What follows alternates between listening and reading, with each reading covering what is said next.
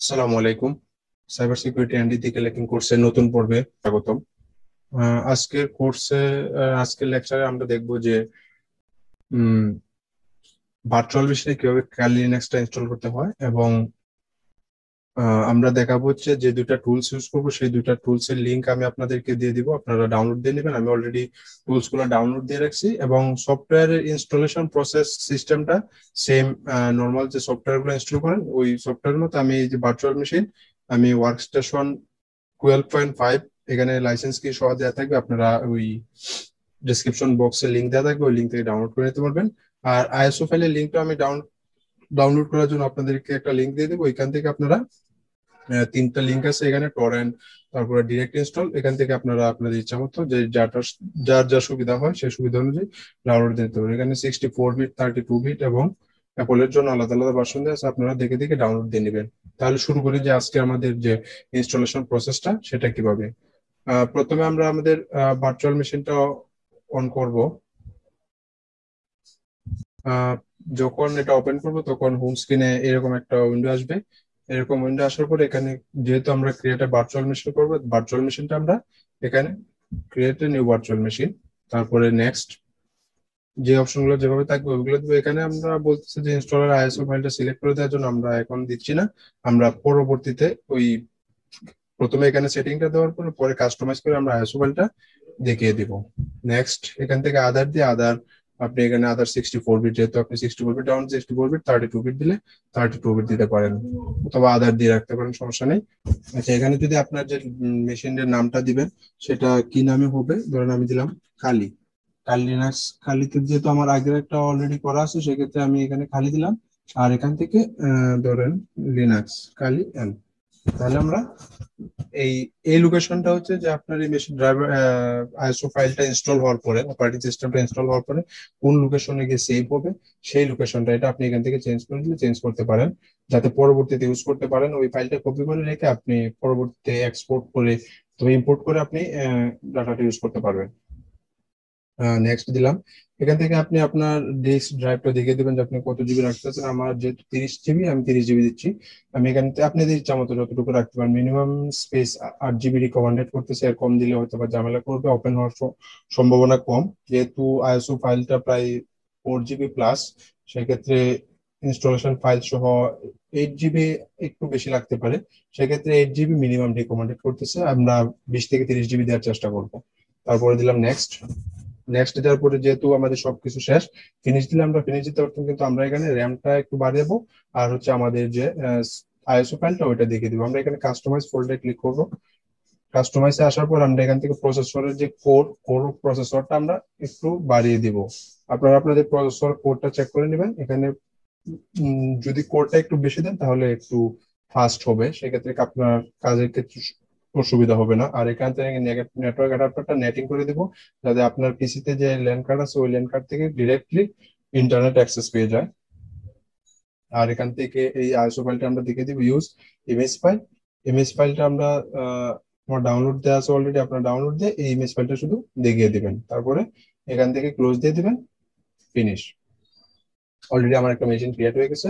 এখন এখানে আমার অলরেডি আগে একটা ক্রিয়েট করা ছিল, এখন নতুন একটা আসছে, এটা ইনস্টলেশন করবো। এখন তখন আমরা এখানে ক্রিয়েট হওয়ার পর আমরা এখানে দিব পাওয়ার অন ভার্চুয়াল মেশিন। একটু মিস্টেক হয়ে গেছে মনে হয় আমাদের, এখানে আমরা র্যামটা বাড়িয়ে দেই নাই, যার কারণে হয়তো বা স্লো করতে পারে। আমরা এখানে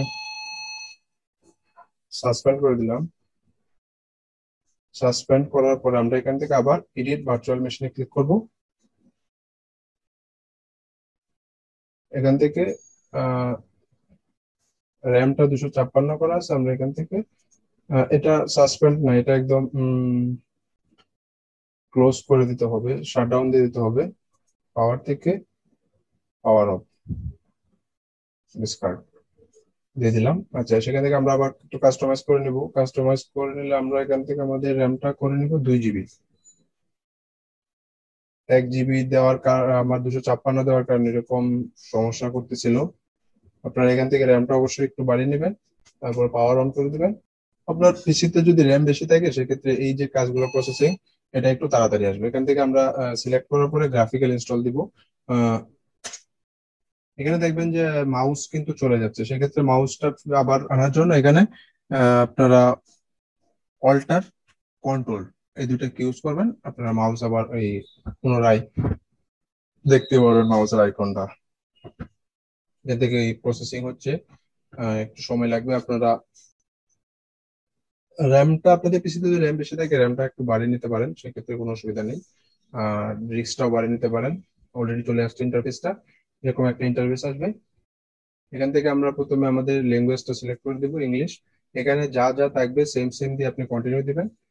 লোকেশনও যেটা দেওয়া আছে আমেরিকান ইংলিশ, সবকিছুই কিবোর্ড কনফিগারেশন সবকিছুই মানে বাই ডিফল্ট যা দেওয়া থাকবে সেটা দিবেন। আপনার যদি সমস্যা হয় পরবর্তীতে আপনি ভিতর থেকে কাস্টমাইজ করে নেবেন। এখানে আমার এই ইনস্টলেশন যে ডিভাইস গুলো, ডিস্ক টাইপ গুলা, মিডিয়া ডিভাইস, কিবোর্ড মাউস, তারপর হচ্ছে হার্ড ডিস্ক, এগুলো চেক আপ করতেছে সবকিছু ঠিকঠাক আছে কিনা। এখন যে ইনস্টলারটা, ওটা হচ্ছে যে আপনার ডিভাইস গুলো চেক করতেছে সবকিছু। আমরা পুরো ভিডিওটা আমরা দেখাবো না, আমরা শুধু ইনস্টলেশন লাস্ট যে ফাইলটা কপি হয় ওই পর্যন্ত আমরা দেওয়ার পরে বাকিটা আর দেখাবো না, কারণ একটা ইনস্টল দিতে প্রায় মিনিমাম 40 থেকে 50 মিনিটের মতো সময় লাগে, পুরোটা দেখানো সম্ভব না।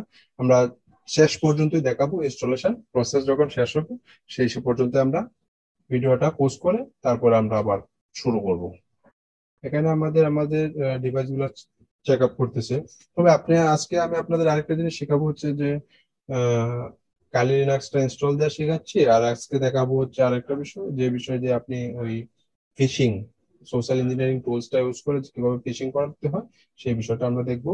আইপি অ্যাড্রেসের মাধ্যমে দেখবো, যেহেতু আমাদের এখানে কোনো ডোমেইন নেই সেক্ষেত্রে আমরা এখানে ডোমেইন ইউজ করবো না। আমরা আমাদের যে লোকাল আইপি অ্যাড্রেস, ওই লোকাল আইপি অ্যাড্রেসের মাধ্যমে আমরা দেখবো যে কিভাবে ফিশিং করে ফেসবুকের অথবা যে কোনো সাইটে অ্যাকাউন্টের পাসওয়ার্ডটা কালেক্ট করা হয়। এখানে আমার এই ডিভাইস গুলো চেক করতেছে, আইপি কনফিগারেশন, তারপর হচ্ছে নেটওয়ার্ক ডিভাইস, ল্যান্ড কার্ড, সবকিছু চেক করতেছে যে ঠিক আছে কিনা। ডিএসসিপি নেটওয়ার্ক, আপনার পিসি যদি ফাস্ট থাকে তাহলে একটু তাড়াতাড়ি হবে। এখানে হোস্ট নেম বলতেছে, বলতে আপনি পিসি নেমটা কি হবে, তাহলে আমি কালি দিলাম, কন্টিনিউ। এখানে আমার যেহেতু ডোমেইন নেই, ডোমেইন দেওয়ার দরকার নেই, নেক্সট। তারপরে এখানে ইউজার নেমটা দিবেন, ইউজার নেমটাও দিতে পারেন, আমি এখানে যেহেতু কালি দিয়ে দিলাম। তারপরে ইউজার অ্যাকাউন্ট নেম কালি হবে, আর পাসওয়ার্ডটা ধরুন আপনি একটা ইউনিক পাসওয়ার্ড ইউজ করতে পারবেন। ইউনিক পাসওয়ার্ড ইউজ করার জন্য অলরেডি আমাদের প্লেলিস্টে ভিডিও করা আছে, আপনি ওই ভিডিওগুলো দেখতে পারেন। এখান থেকে ইয়েস টান দিয়ে দিবা। এখন আপনাদের ওই হার্ড ডিস্ক দেখানোর অপশনটা চলে আসবে, হার্ড ডিস্কের এখান থেকে আপনারা পার্টিশনের অপশনটা সিলেক্ট করে দিবেন। নর্মালি আমরা যে বাই ডিফল্ট যে পার্টিশনটা ওইটা দিব না, আমরা ম্যানুয়ালি পার্টিশন অপশনটা দেখিয়ে দিব, ওই ম্যানুয়ালি ইনস্টল হবে।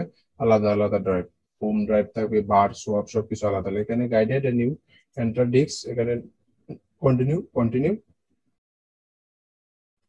এখানে ডিস্ক গুলো পার্টিশনের একটা অপশন দেখাবে যে আপনি কি ওয়াল ফাইলস কি একটা পার্টিশনের মধ্যে রাখতে চান নাকি আলাদা আলাদা সেপারেট করতে চান। যেহেতু আমি সেপারেট করবো, সবটা আলাদা আলাদা থাকবে। ট্যাম্পের জন্য ট্যাম্পের একটা ফোল্ডার ডিরেক্টরি ক্রিয়েট হবে, বারের জন্য একটা ডিরেক্টরি, হোমের জন্য একটা ডিরেক্টরি, সোয়াপের জন্য একটা ডিরেক্টরি। আমরা কন্টিনিউ দিলাম। কন্টিনিউ দেওয়ার পরে আমার যে পার্টিশনটা চেক করতেছে যে ঠিক আছে কিনা। এখান থেকে আমরা ফিনিশ ডিস্ক কন্টিনিউ দিয়ে দিব। ডিস্ক গুলো আমার পার্টিশন হবে, একটু সময় লাগতেছে। এখানে এখানে এখানে দিয়ে দেবো ইয়েস, যে আমরা পার্টিশনটা write the change to disk. এখানে এই যে ইনস্টল শুরু হয়ে গেছে অলরেডি। এখানে আমরা এই বেস ইনস্টল দেওয়ার পরে এখানে আরেকটা অপশন আসবে যে আপনি সবগুলো প্যাকেজ ইনস্টল করবেন কিনা। সেটা ওই সময় আপনার শুধু যেগুলো ডিফল্ট থাকবে ওগুলো ডিফল্ট করে দেবেন, তাহলে হবে। আমরা ভিডিওটা পোস্ট করে ইনস্টল প্রসেস শেষ হলে পরে আমরা ওপেন করতে। অলরেডি আমাদের ইনস্টল প্রসেসটা কমপ্লিট হয়ে গেছে। এখন আমরা শুরু করতেছি আবার ওই, আমরা ওপেন করলাম। ইনস্টল শেষ হওয়ার পরে আমার ওপেন হচ্ছে, একটু সময় লাগবে। অলরেডি আমার এখানে চলে আসছে। আমরা ইউজার নেম দিয়েছিলাম কালি, পাসওয়ার্ডটা দিয়েছিলাম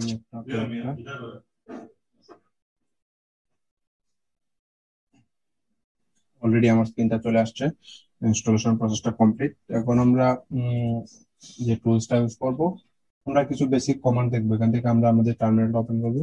এই টার্মিনালে ক্লিক করলে টার্মিনালটা ওপেন হয়ে যাবে। এটা একটু ছোট করে নিলাম আমরা, যেহেতু আমরা ডেস্কটপে আছে আমরা ডেস্কটপ থেকে একটা টার্মিনাল ওপেন করে নিব।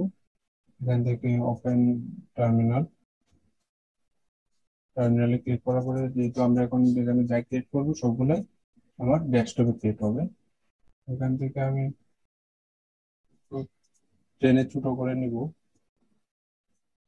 যেহেতু আমরা ফাইলটা, আমরা বেসিক 2-3টা কমান্ড দেখবো কিভাবে একটা ফাইল ক্রিয়েট করতে হয়। আমরা সাধারণত টেক্সট ফাইল যখন ক্রিয়েট করি তখন এখানে যদি আমরা টাচ টাচ দেই, you see H touch motion dot text file, already এই যে টেক্সট ফাইলটা ক্রিয়েট হয়ে গেছে। আপনারা এখানে যে দেখতে পাচ্ছেন, আমরা যে কোনো ডিরেক্টরি ক্রিয়েট করি MKDIR মোহসিন হাসান দিলাম, আমাদের একটা ফোল্ডার ক্রিয়েট হয়ে গেছে। আমরা যদি এই ফোল্ডার থেকে ফোল্ডার মুভ করতে চাই, copy CP, copy Mohsin dot text, আমরা তখন লোকেশনটা দিয়ে দিব মোহসিন হাসান ফোল্ডারের ভিতরে যাবে। অলরেডি একটা কপি হয়ে গেছে। আমরা যদি এখন এই ফোল্ডারটা ওপেন করি, দেখতে পারবেন যে আমার ফোল্ডারটা চলে আসছে। আপনার বেসিক কমান্ড গুলোর একটা লিস্ট দেওয়া থাকবে, আপনারা ওইগুলো প্র্যাকটিস করবেন। আমি আমি যে টুলসটা দেখাবো এটা হচ্ছে সোশ্যাল ইঞ্জিনিয়ারিং টুলস। এখান থেকে আপনার সোশ্যাল ইঞ্জিনিয়ারিং এ যাবেন, এখান থেকে যে সোশ্যাল ইঞ্জিনিয়ারিং টুলকিট, টুলকিটে ক্লিক করলেন। এখান থেকে আমার ব্রাউজারটা ওপেন করে নিয়ে আসবে। এখানে আপনাদের পাসওয়ার্ডটা দিবেন, যে পাসওয়ার্ডটা আপনারা ইউজ করলেন সেই পাসওয়ার্ডটা দিবেন।